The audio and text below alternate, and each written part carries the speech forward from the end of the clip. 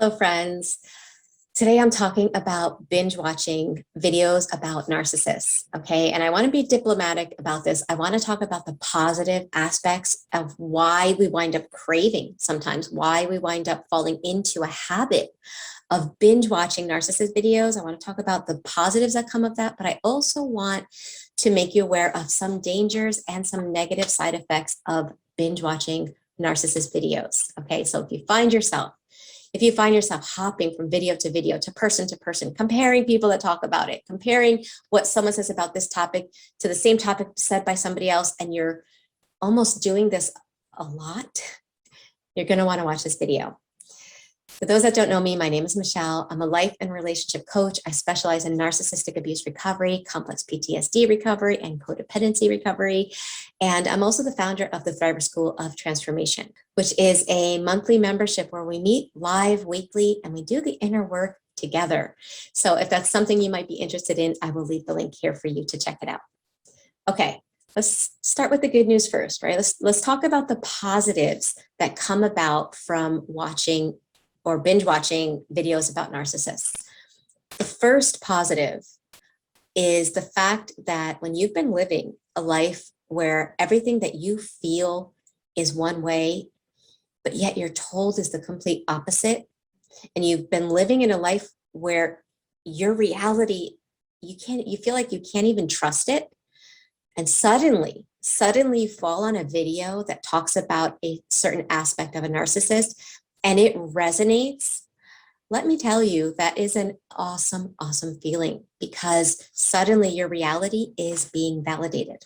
And when your reality hasn't been validated in a long time, that's like water after walking through the desert for days. That's how good it feels to watch a video that literally is explaining what you always thought was happening, but you were told was false. Okay, so it starts to help you to start trusting yourself again. It starts to help you to wake up out of the fog that you've been in. It starts to help you to realize that there are names for these behaviors that you are dealing with on a day-to-day basis. It starts to help you to feel less alone. Okay, so those are the positives. Those are the positives. They're the first steps towards healing. If you've been in a toxic relationship and you don't even know what's going on, how can you work through it? So in no way do I think that you shouldn't watch videos about narcissists. In fact, I put them out there. So I really feel like it's vital on the healing journey, especially when you are first starting to heal, right? And maybe you're still in the relationship with the person. And what happens is you'll watch a video, you'll suddenly, it makes sense, but then you'll talk to the person that you're in the relationship with and they'll spin it, gaslight it to the point that you're confused all over again. Then you have to watch another video and you're like swinging back and forth between your reality that you're seeing in the videos and the gaslighting that you're dealing with. So the videos can be like an anchor to your reality. Okay, and that's another reason why it's such a positive and important thing. But like with anything, everything outside of moderation becomes or can turn into a negative. And that's the same thing with narcissistic abuse videos, or videos about the narcissist, or videos where the focus is always on the other person. Okay, so let's say you get it. You've now kind of gotten a clarity as to what kind of person you're dealing with. Maybe you're even out of the relationship. It turns into a negative when you are still watching videos about them. The reason I say that is because a couple of things start to happen when you stay focused, even after you've already got the knowledge that you need, but you're still almost feeling like it's an addiction almost, right?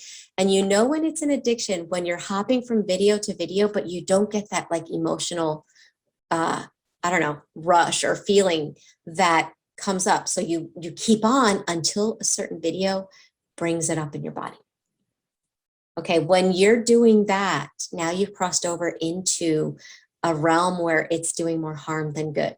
So let me explain myself. Okay, when we are constantly watching and looking for those emotions to come up in our body, And they're usually not positive emotions. They're usually like almost causing us to relive what we went through, the pain. And we're like, yes, that's exactly what happened in my case.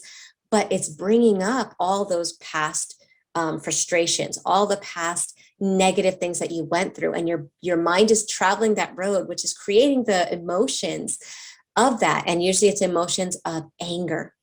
All right, that they feed emotions of anger. Then it's not helping you to heal. So I'm taking a course on doing a breathwork facilitation course. Okay. And I want to share with you something that was said in this course that just blew me away. Okay. And it has to do with the brain. And the facilitator was talking about how our brain thrives when it has goals. Okay. And she said, our brain thrives when it needs to figure things out. If we are not presenting new information to our brain will get bored.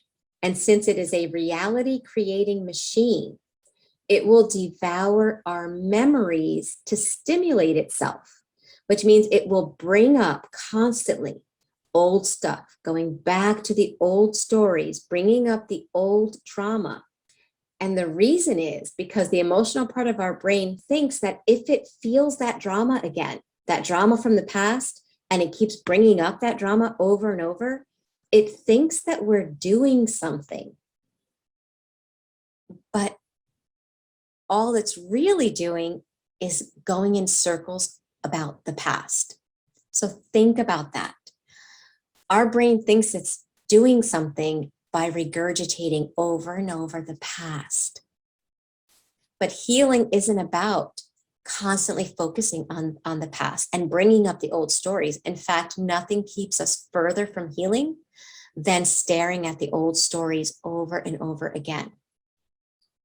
So my advice with this video, use the videos about the narcissist to open your eyes to the reality that you've lived, to understand what happened, to stay grounded in your reality. But then it's important to shift the focus on you. Staying focused on the narcissist will feed anger and resentment. It will keep you stuck, feeling as if life is passing you by. And yes, you're learning about the narcissist, but you're kind of still in the same boat you were 3 years ago. Okay? You want to shift from looking at them to looking within. And the things you want to look for within are the core wounds that the narcissist planted inside of you, those limiting beliefs that are keeping you stuck in life, the thought patterns that they conditioned you to have, the passions that they caused you to stop having, the relationships that you no longer know how to operate in a way that creates reciprocal relationships. Those are the things you want to get back. You want to get you back, basically.